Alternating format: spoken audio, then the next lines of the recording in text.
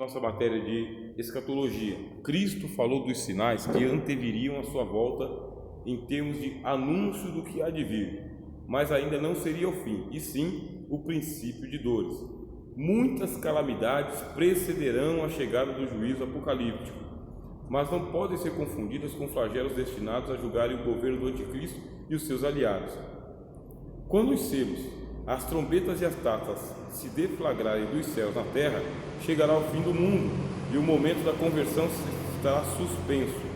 A pregação dos 42 meses não será de caráter evangelístico, isso é, para converter os pecadores, mas será de juízo e vingança contra os inimigos do Evangelho. Jesus falou de sinais chamados de princípios de dores. Princípios de dores.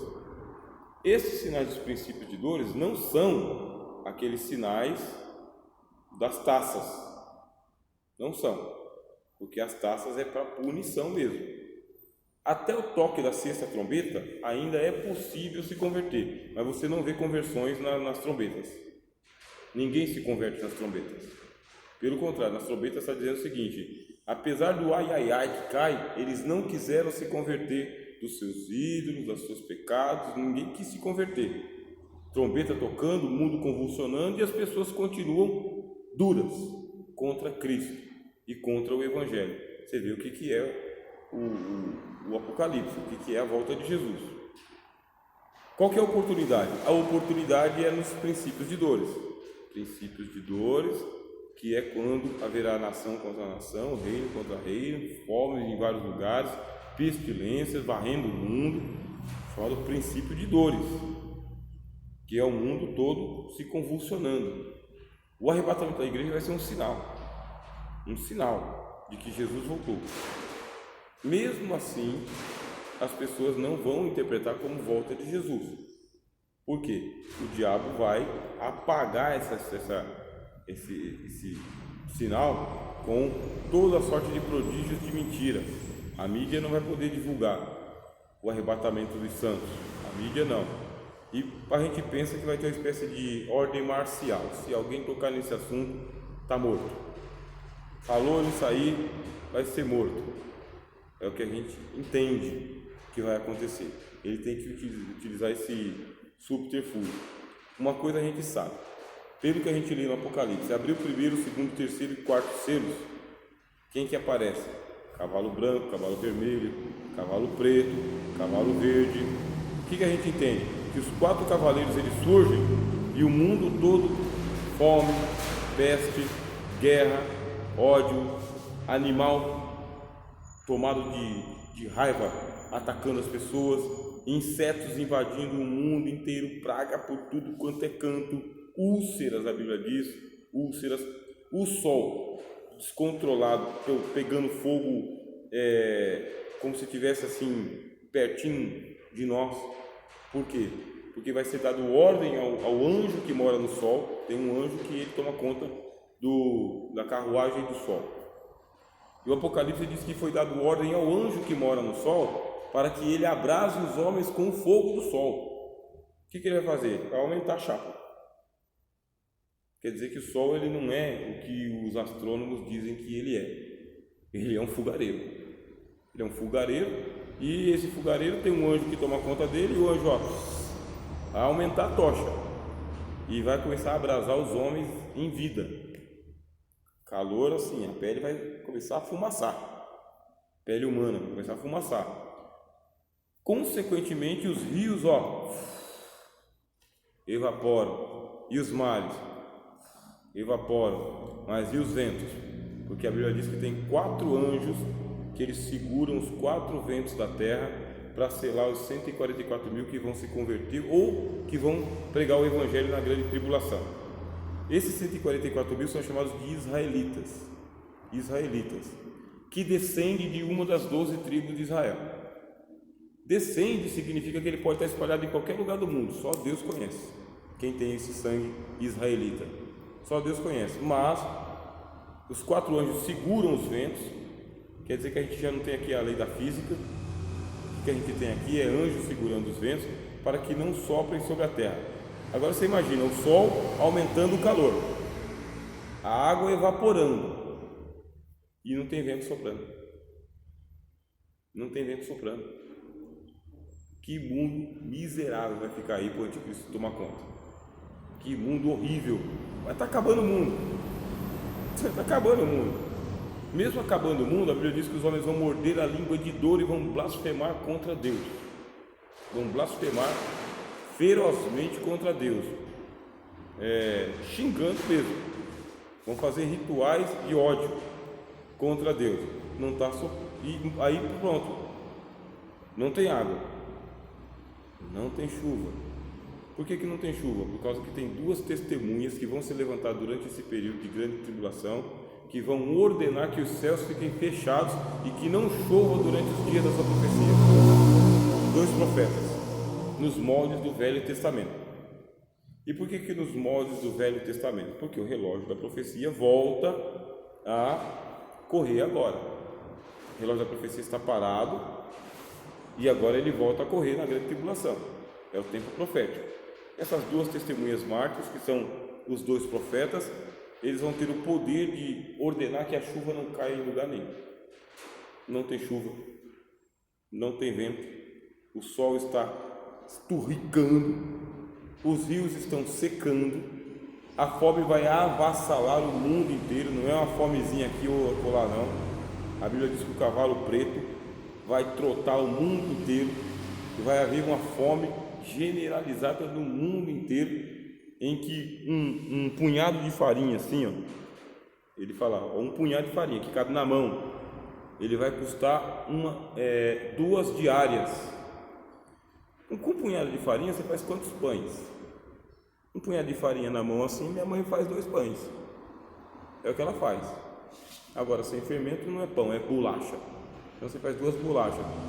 2 bolachas por 2 diárias de serviço. Vamos colocar então aí que a diária hoje esteja em torno de R$200. Vamos fazer isso. Uma diária aqui do brasileiro. R$400 por 2 pães. 2 pães. Quero comer pão. Você tem R$400 no bolso? Não tem, vai morrer. Fome. Quem vai se alimentar? Só o rico. Só o rico vai se alimentar. E o pobre vai padecer muito. Isso aí é a grande tribulação. Nos moldes do Apocalipse, é fazer uma interpretação literal, não uma interpretação figurativa, simbólica, mas preto no branco, desse jeito mesmo. Pelo menos na palavra de Jesus vai ser literal. Fome e terremoto, e as potências dos céus serão abaladas. E a Bíblia diz, e vai haver uma chuva de granizo sobre os homens do peso de 1 talento. 1 talento, ele pesa em torno de 30 quilos. 1 talento, 30, 35 quilos. 1 talento. Isso aí é medidas e pesos do Novo Testamento. Agora você imagina um granizo de 30 quilos caindo sobre o mundo. Isso é Apocalipse. E diz que vai ser como a figueira quando balança os seus figos por um vendaval que bate e os figos caindo todos. Agora a gente pega e usa um pouquinho a lei da física e vê que uma pedra de 30 quilos caindo, sabe-se lá de que altura, vai chegar aqui a quantos quilos? 300, 500, 1000 quilos? Isso é a devastação do Apocalipse, porque o mundo está acabando. Dá dó, dá medo. Mas o Apocalipse mostra que o mundo vai ser devastado pelos selos, porque vão se abrir 6 selos primeiros para a destruição do mundo. Na abertura dos selos diz que vai ter um terremoto tão grande que vai fender a cidade, e 1/3 das cidades do mundo vai abaixo, só no terremoto, isso aí nos selos. Quando toca as trombetas, aí diz que é no mundo todo, as cidades todas estão caindo, isso é as trombetas caindo. Quando as trombetas tocam, o juízo fica tão severo, que diz que tem um meteoro que ele cai no mar e na fonte das águas, e ele vai tornar as águas amargas, absinto puro, intragável. As águas vão estar todas contaminadas por esse absinto. Acabou, porque quem tem condomínio sobre a fonte da água potável é Deus. Ele mandou um juízo, acabou. Ninguém vai ter água para beber, não vai ter purificador de água. E sobre os mares peixes todos morrerão, todos. E diz que o cheiro do peixe morto vai, exalar nas narinas do mundo inteiro. Não vai ter peixe para comer. Não tem peixe para comer, não tem água para beber, o sol está esturricando, não está ventando sobre o mundo. As duas testemunhas mártires ainda estão profetizando calamidades para que caia fogo dos céus, se for necessário, ou feche os céus nos dias da sua profecia, para que não chova. As duas testemunhas mártires que estarão profetizando lá em Jerusalém. A Bíblia diz que é em Jerusalém. E os 144 mil começam a pregar o Evangelho. Mas também não é aquela pregação do Evangelho, aceita Jesus para você ir para o céu. É uma pregação do tipo, Jesus está voltando. Acabou. João Batista puro. Acabou o tempo. Testemunhas vão anunciar o Evangelho, é assim que a escatologia interpreta. Ele segue o cordeiro para todos os lados e ninguém consegue pegar esses caras e matar eles, porque eles são imortais, tá? Então estão blindados. Não significa que eles não vão ser presos, não vão ser exilados, perseguidos, tudo isso acontece com eles, só não vão ser mortos, mas eles vão padecer um punhado aí. E vai ter um pessoal durante esse período aí que vai crer na pregação do Evangelho deles, mas não dá para confessar. Confessou, morto. A Bíblia diz: faz com que sejam mortos todos aqueles que não tiver o sinal do anticristo. Não tem chance. Por isso que quando Jesus voltar, vai estar um punhadinho de gente. Esses 144 mil, mais uma meia dúzia de pessoas lá. Um punhadinho de gente para começar tudo de novo, do zero. Pouca gente. Até as duas testemunhas mártires serão mortas também. Até eles serão mortos pelo anticristo, que sobe do abismo, vai conseguir matar os caras. Mas sobe no final da profecia. Eles profetizam pelos 3 anos e meio do governo do anticristo, até o último dia, azucrinando o cara, e azucrinando o mundo e os adoradores de Satanás. Os caras ficam vivos durante todo o período da grande tribulação e são imortais até nesse ponto. Só que a Bíblia diz que ao final do seu ministério, a besta que sobe do abismo lhes faz guerra e os mata, e não deixa que os seus corpos sejam sepultados, transforma os corpos deles em troféu para o mundo inteiro, para dizer que eram eles que estavam atormentando a terra. Só que a Bíblia diz que nesse dia que o corpo deles é exposto, é o dia que eles são ressuscitados. E eles são ressuscitados e são vistos pelos seus inimigos, subindo para casa, vivos. Televisão no mundo inteiro. Sinais de Wi-Fi vai estar perfeito. E todo olho verá. Porque também não é só tecnologia, vai haver um efeito espiritual. Por quê? Vai acontecer a ressurreição de todos os mortos que morreram durante a grande tribulação, e as pessoas vão ver os mortos sendo ressuscitados e subir para casa. Todo mundo que morreu na grande tribulação. As duas testemunhas são um sinal de que a ressurreição está acontecendo. O Evangelho vai ser pregado, mas a conversão das pessoas vai ser muito difícil. Quem se converter é morto, e quem ficar é só um punhadinho. O apóstolo Paulo escreveu em 2 Tessalonicenses capítulo 1, versículos 6 a 9, escreveu assim: se de fato é justo diante de Deus que dê em paga tribulação aos que vos atribulam, e a vós que sois atribulados, descanso conosco quando se manifestar o Senhor Jesus desde o céu com os anjos do seu poder. Jesus não volta só. Jesus vai vir com parousia. Os anjos serão vistos, diz o apóstolo Paulo aqui, com labareda de fogo. Vai dar para ver fogo do céu com a volta do Senhor Jesus, tomando vingança dos que não conhecem a Deus e dos que não obedecem ao Evangelho do nosso Senhor Jesus Cristo, os quais por castigo padecerão eterna perdição, longe da face do Senhor e da glória do seu poder.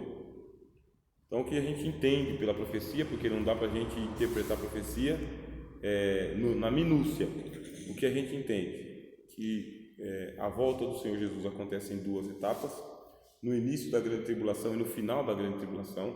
início da grande tribulação, causando a ressurreição dos mortos, daqueles que estão mortos até aquele dia, do arrebatamento da igreja, daqueles que ele quer arrebatar, volta, fica no lugar onde foi conquistado pelo arcanjo Miguel. Ali acontece o tribunal de Cristo e as bodas do Cordeiro, que é uma celebração da nossa salvação. Passam os 3 anos e meio, as 2 testemunhas mártires e os 144 mil estão pregando o Evangelho. O anticristo está matando gente aqui à torta direito. Além do anticristo, fome, peste, terremoto, maremoto, vulcão, tufão, furacão e suicídio, muito suicídio. Com o problema que as pessoas vão tentar o suicídio, mas não vai acontecer o suicídio, porque por sinal, tá vendo? Um sinal diz que eles procurarão a morte, mas a morte fugirá deles. É a tentativa do suicídio, mas não acontece o suicídio, a pessoa continua ali se estribuchando, vivo, porque quem tem domínio sobre a morte não somos nós, quem tem domínio sobre a morte é o Cordeiro, ele que tem a chave da morte e do inferno. Então você quer se matar? Não vai matar não, vai ficar padecendo um juízo na grande tribulação, não tem como fugir. E a gente sabe que o suicida, o que ele mais quer é fugir. O suicida é aquela pessoa que cansou, mas algum sinal tão terrível vai acontecer naqueles tempos que o suicida não vai se suicidar. E diz que uma estrela cai do céu com a chave do poço do abismo e libera os demônios que estão presos. Aí os demônios vão tomar conta do mundo e vai ser como era antigamente, os demônios aparecendo para todo mundo e aterrorizando todo mundo. Interpretação literal do que estou passando para vocês, tá? Literal, não é simbólica. É assim que o Apocalipse pinta para nós o quadro do fim do mundo, que não é difícil de acreditar, porque se a gente morresse hoje, vocês lembram? Eliseu, lá no alto do monte, Senhor, abre os olhos desse moço para que ele veja que mais são os que estão conosco do que os que estão com eles. Aí quando abriu, o monte estava tomado de carros de fogo, os carros de Deus. Se hoje fosse aberto os nossos olhos espirituais, nós veríamos os demônios e os anjos e as almas penadas, sabe? A gente veria os suicidas que se lascaram porque não conseguiram passagem para o outro mundo, tentaram suicídio, mas estão por aqui. Nós veríamos se fosse aberto os nossos olhos. Não foram abertos, porque também seria um filme de terror a vida aqui. Mas quando a gente estudou lá a cosmologia, vocês lembram de cosmologia? Os 7 mundos que Deus criou, Deus já criou cada um no seu mundo para um não invadir o outro, para a gente poder ter uma vida em paz. Senão a gente teria que viver aí com vivos, mortos, anjos e demônios, uma guerra, e a gente entraria em parafuso, não daria para viver a vida que a gente vive. Inclusive as pessoas que têm o dom do discernimento de espírito sofrem muito. Sofrem porque veem demônios, ouvem vozes, sonham com batalhas espirituais, expulsam demônios dormindo, porque tem o dom de discernimento de espírito. Fica perturbado com a perturbação de outra pessoa. Isso aí é só quem tem o dom do discernimento de espírito. Se a gente tivesse, seria mais ou menos isso. O que vai acontecer na grande tribulação? Tira-se a tampa. Então os demônios vão aparecer. As pessoas vão ver os vultos aí, as vozes e todo esse tormento aí que vai acontecer. 3 anos e meio nessa situação. Bem-aventurado e santo aquele que tem parte na primeira ressurreição. Sobre esses não tem não tem poder a segunda morte. Então, aí a Bíblia diz: bem-aventurados e santos os que fazem parte da primeira ressurreição e são chamados para as bodas do Cordeiro. Bem-aventurado aquele que for chamado. Vai ser um chamamento para o arrebatamento da igreja. Por isso a gente crê que o nome será pronunciado, tá? Nós cremos que o nome será pronunciado, ou que você vai ouvir. É um hino que a gente tem na harpa, né? O meu nome eu ouvirei Jesus chamar. Ou o hino que tem no cantor cristão, né? Quando se fizer chamada pela sua imensa graça, eu lá estarei. Nós cremos que vai haver um chamado para o arrebatamento da igreja. Nem todo mundo acredita mais no arrebatamento da igreja. Uma pancada de crentes não acredita. Um monte de gente não acredita no arrebatamento da igreja, não acredita e combate e diz que não vai acontecer, ou que só vai acontecer no juízo final, depois do milênio. Não acredita. Quando a gente vai para a teologia seca, a gente perde a fé, tá? Não dá para acreditar, porque essa é uma doutrina realmente que ela exige que você creia no arrebatamento da igreja, que está ficando cada vez mais difícil acreditar. O que acontecerá é o seguinte: bem-aventurado e santo aquele que fizer parte da primeira ressurreição e que for chamado para as bodas do Cordeiro. Vai estar livre de tudo isso. Jesus ele falou: acautelai-vos de que aquele dia não vos pegue de surpresa e de vocês serem dignos de estar de pé diante do Filho do Homem. Livro de Lucas, capítulo 21. Por quê? Porque os nossos corações se sobrecarregarão de glutonarias, diz o Senhor Jesus, e dos cuidados dessa vida. Nós, crentes da véspera do arrebatamento da igreja, nós estaremos dominados pela fascinação com as coisas terrenas, dominados, seduzidos por riqueza, poder, fama, glamour, títulos, honraria. É uma igreja terrena, é a igreja de Laodiceia, tá? A igreja de Laodiceia é uma igreja comprometida com o governo do anticristo, comprometida com os valores do governo de Satanás. É a igreja de Laodiceia. A igreja que vai recepcionar a volta do Senhor Jesus, esse arrebatamento, é uma igreja cega, pobre, nua e miserável, e que acha que está rica, vencedora, potente, mas é uma igreja que está falida espiritualmente. Falida. E quando a gente fala igreja, é lógico que não é só a instituição com placa e CNPJ, é a igreja dos crentes, os crentes ludibriados pelo glamour que vai estar acontecendo, mas não todos, né?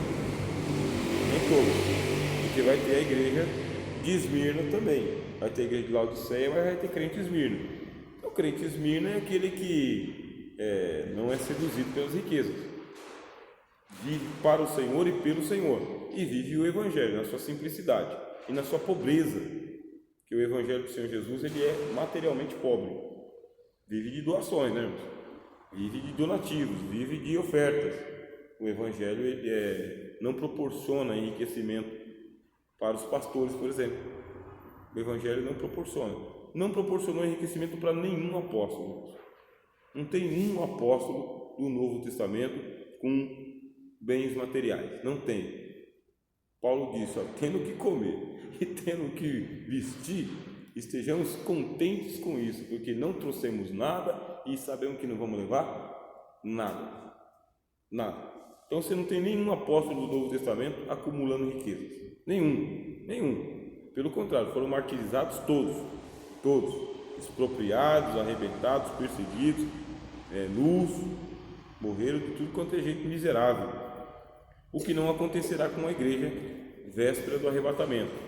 Igreja véspera do arrebatamento é uma igreja de posses, patrimônio, reconhecimento, glamour, bancada de gente lá tomando conta do poder político, do poder público, título, ostentação, é muita coisa. Não dá nem vontade de ir para o céu, de tanto poder que a igreja na terra vai ter, e por igreja é crente. Tanto os ministros como a turma toda. Essa é a igreja que aguarda a volta de Jesus. Por isso, meus irmãos, a doutrina do arrebatamento da igreja está caindo em desuso generalizado. Se você ouvir uma pregação ou outra, é lá num circuito evangélico, nos rincões do mundo, sabe-se lá onde.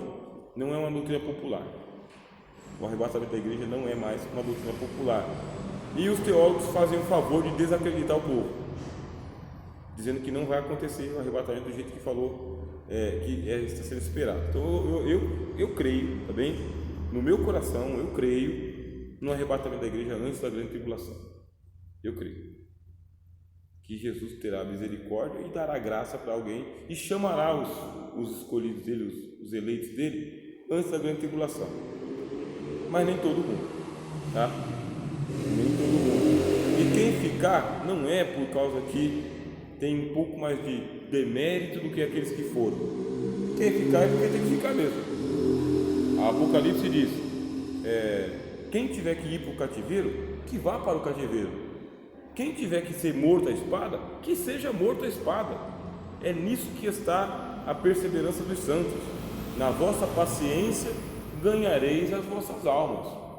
O importante, meu irmão, é chegar no céu. Importante é chegar no céu. Se não participar da grande tribulação, melhor ainda, né, eu acho.